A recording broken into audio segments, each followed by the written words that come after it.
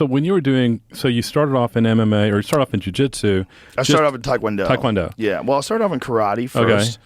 I went to Esposito's, a karate academy, which was in Newton, Massachusetts, where I lived. Yeah. But it was hard to get there. I didn't have a car, and it was like you had to take buses. It was a grind to get there. But Boston was pretty easy. I just had to walk to the T, which was like I had to walk 1.5 miles or something like that. Right. And then I would get to the T, which was the train that would take me right into Kenmore Square, which is right where the school was. Now, so it was from easy the to time get you there. started to the time you felt like you had some skills or a little bit of confidence, how long did that take? 6 months? Well, I was obsessed. I mean, when I started, when I was 15, I was there every day. Okay. I mean, every day. Yeah, I didn't take any days off. Right. I was obsessed, and I became a black belt in 2 years. No shit. Wow. Yeah, I was teaching like almost right away, like right after. I think when I got my blue belt, I started teaching private lessons. Mm-hmm.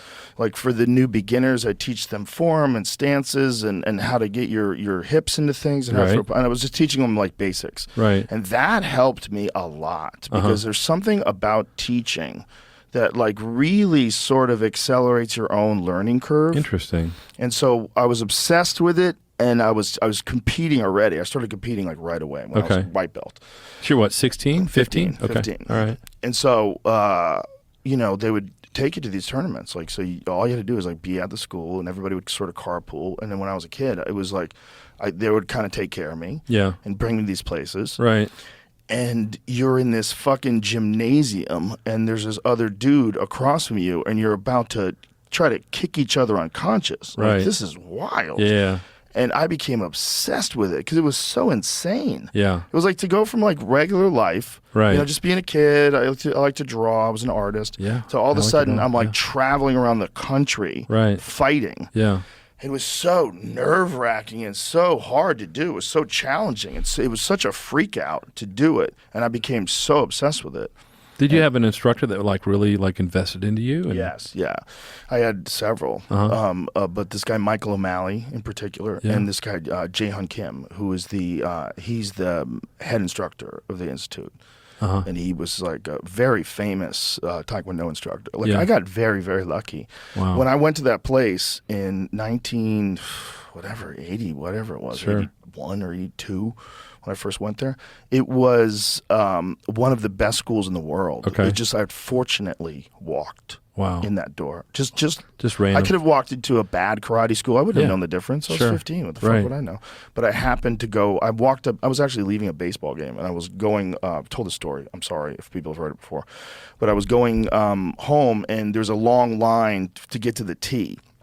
Because everybody was leaving Fenway Park. Yeah. And so we walked by the school, and I said, let's go up and see what the fuck's going on up here. And we walked up the stairs, and as I was walking up the stairs, I kept hearing this sound, like whomp, whomp, whomp. And it was this guy, John Lee, who became a mentor of mine. Okay. And he was a national champion at the time, and he was training for the World Cup. And I think he was 27 or 28 years old. So he was in his absolute prime.